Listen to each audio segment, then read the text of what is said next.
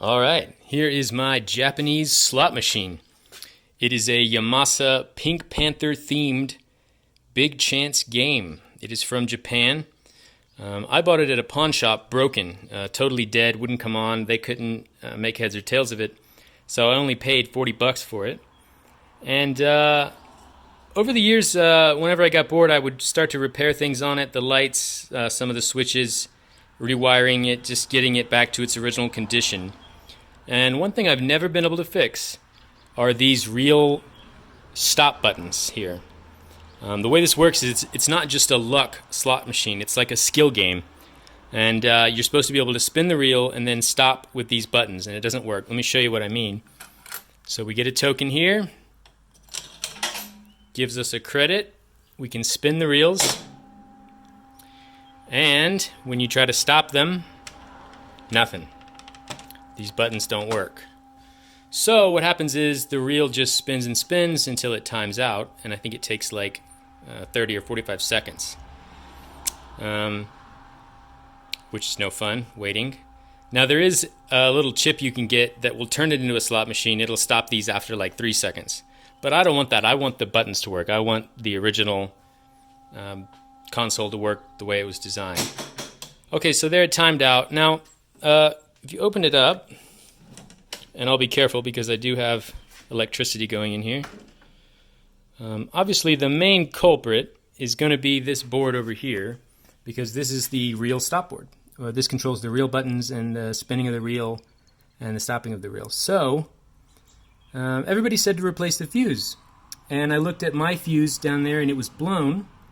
So I ordered the new fuse and it instantly blew again. It keeps blowing the fuses. So I started testing everything on this board with a multimeter, and I have zeroed in on what I believe is possibly the culprit. I think it is this little guy right there, C10. That is a capacitor.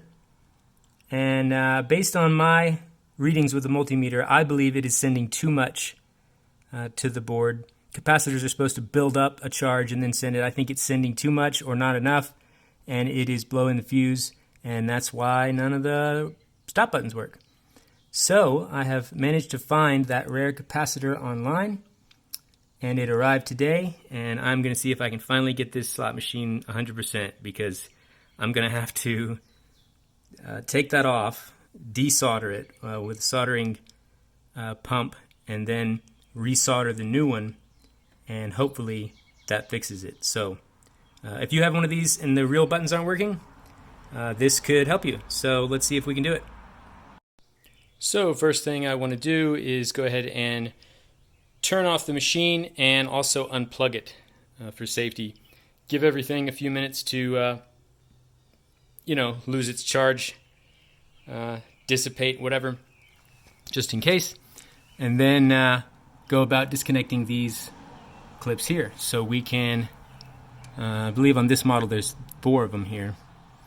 And then we can remove this board.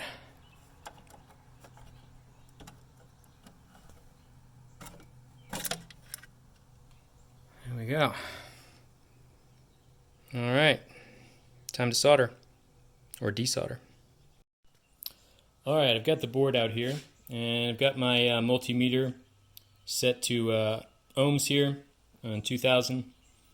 And let me show you why I think it is C10 capacitor here. It has these other capacitors that are similar size, like this one at C13, this one at C12, and if we test this one, like C13 for example,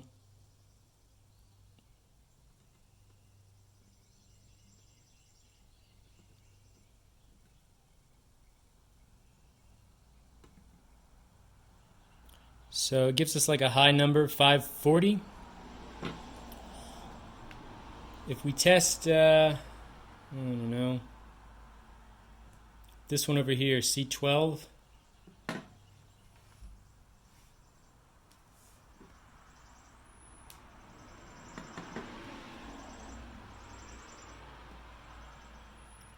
high number, 700s. And then when we test our culprit here, C10,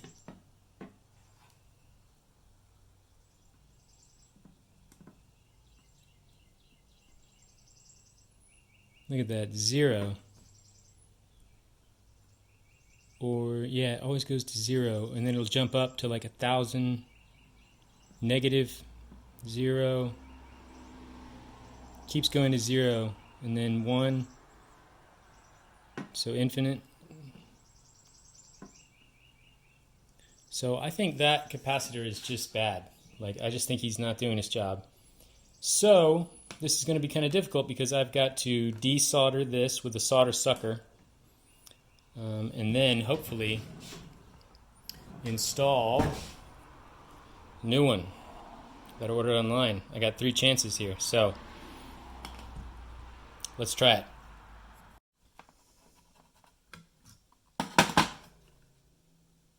It's starting to come out.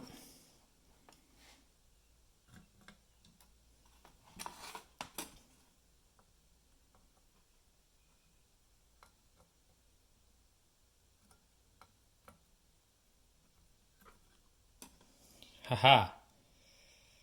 Got him. Alright. Now I want to try to get the rest of that solder out of there with the desolder or solder pump.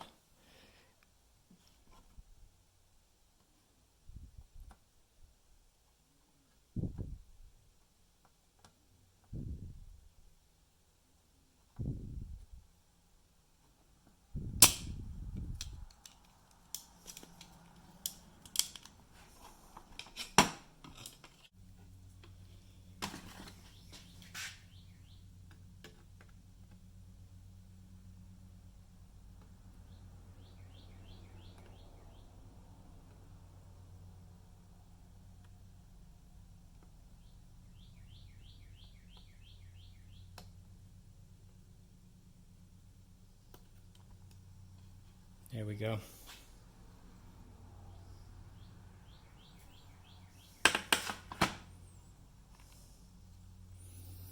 Alright. Pretty much clear. I'm going to try and get the remaining solder out of there. I'm going to add the new one. It's tough. Alright. As you can see, I got the old one removed. Here is the new capacitor. Typically the longer side is the positive, and this board is labeled positive right there. So, should just go in like that, all the way down.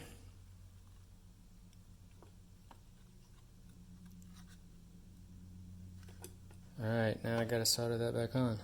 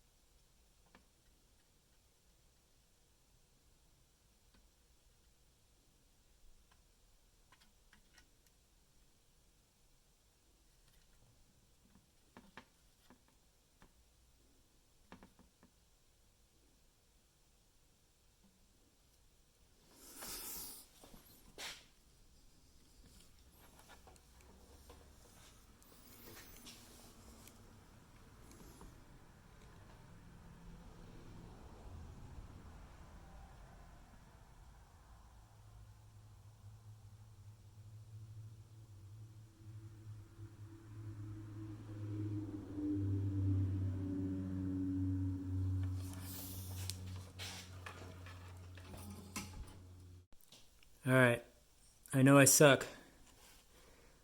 Not the prettiest solder in the world, but there's enough on each one. They're not touching.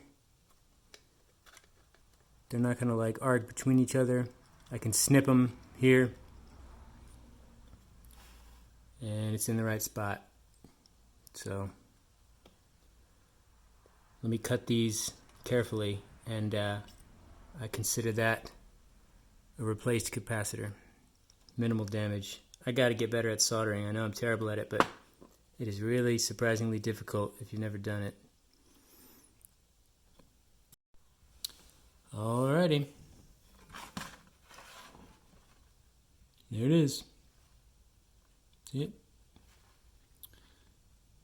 C10 has been replaced, and it is really not pretty at all. I know it's terrible looking. I'm really bad at soldering, but I think that'll work because they're not touching. There's space in between. It's not touching that one. So whatever that capacitor needs to do, that'll get it done right there.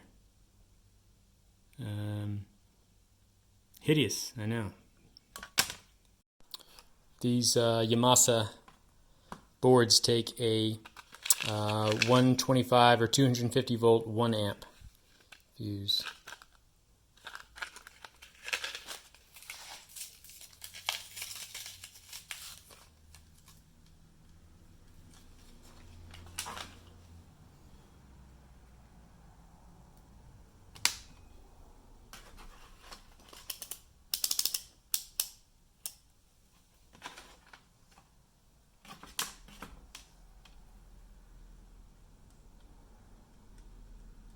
Okay.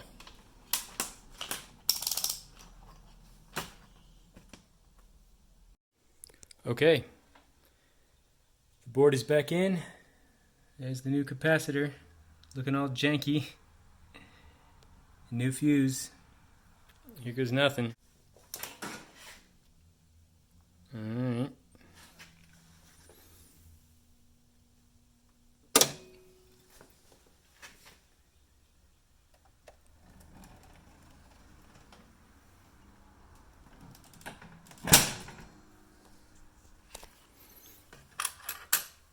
Okay.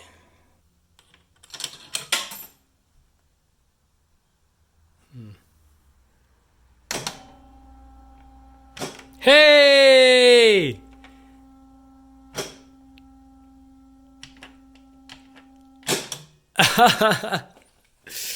Sweet! They actually work now. This is the first time I've ever used this thing. Working.